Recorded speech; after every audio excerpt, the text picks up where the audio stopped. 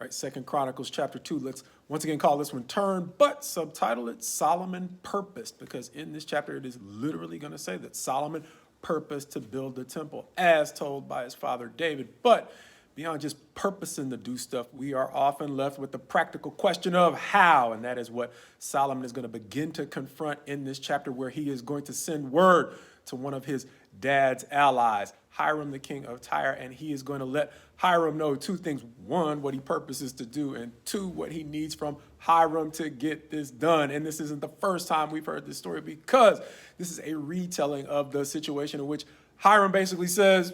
okay, and sends Solomon the help he needs, working out the negotiation of how Solomon will compensate Hiram for sending him a skilled man, as Solomon requests, the materials that Solomon needs, and additionally skilled workers to work with Solomon's own crew. And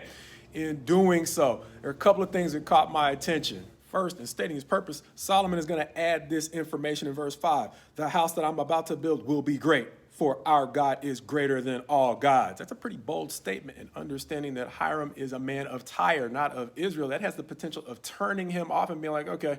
I like your dad, I'll give you your stuff, but you can keep it moving. But in having the courage to be candid about his motivation in building the house of God, he did run the risk of turning Hiram off, but he also gave Hiram the ability to help him beyond what he requested, understanding that in verse 13, it's going to say this regarding Hiram's response. Now I have sent a skilled man who has understanding, Huramabi, the son of a woman of the daughters of Dan, and his father was a man of Tyre. The significance of that being what Hiram might be telling him is, look, his dad's from here, Tyre, but his mom is from y'all's folks. Understanding that if he has a man who is not only skilled, but shares his motivation, he doesn't have to do like we talked about a few chapters back. Always have to run to the break room to make sure this guy is motivated to do what he is perfectly capable of doing according to his skill set. And so because Solomon had the courage to open up to Hiram about his bold belief in God,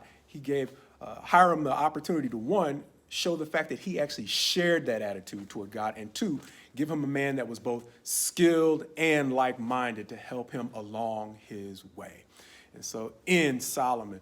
taking a chance, the thing that it helped me to understand is how we live in a society, whether we're talking about God or not, where rejection is so easy to find that sometimes it just makes sense to protect yourself by withdrawing. However, my prayer for you is my prayer for me, that much like Solomon found help in a potentially unexpected place, or at least to an unexpected degree, that God give us the wisdom to not only be able to protect ourselves in situations where, quite honestly, we should, but to be able to understand the moments where we should open up and be candid to potentially, like Solomon, get help in unexpected places, but moreover, to potentially get help from those places in unexpected ways that we would never get if we never find the courage to open up at the right time.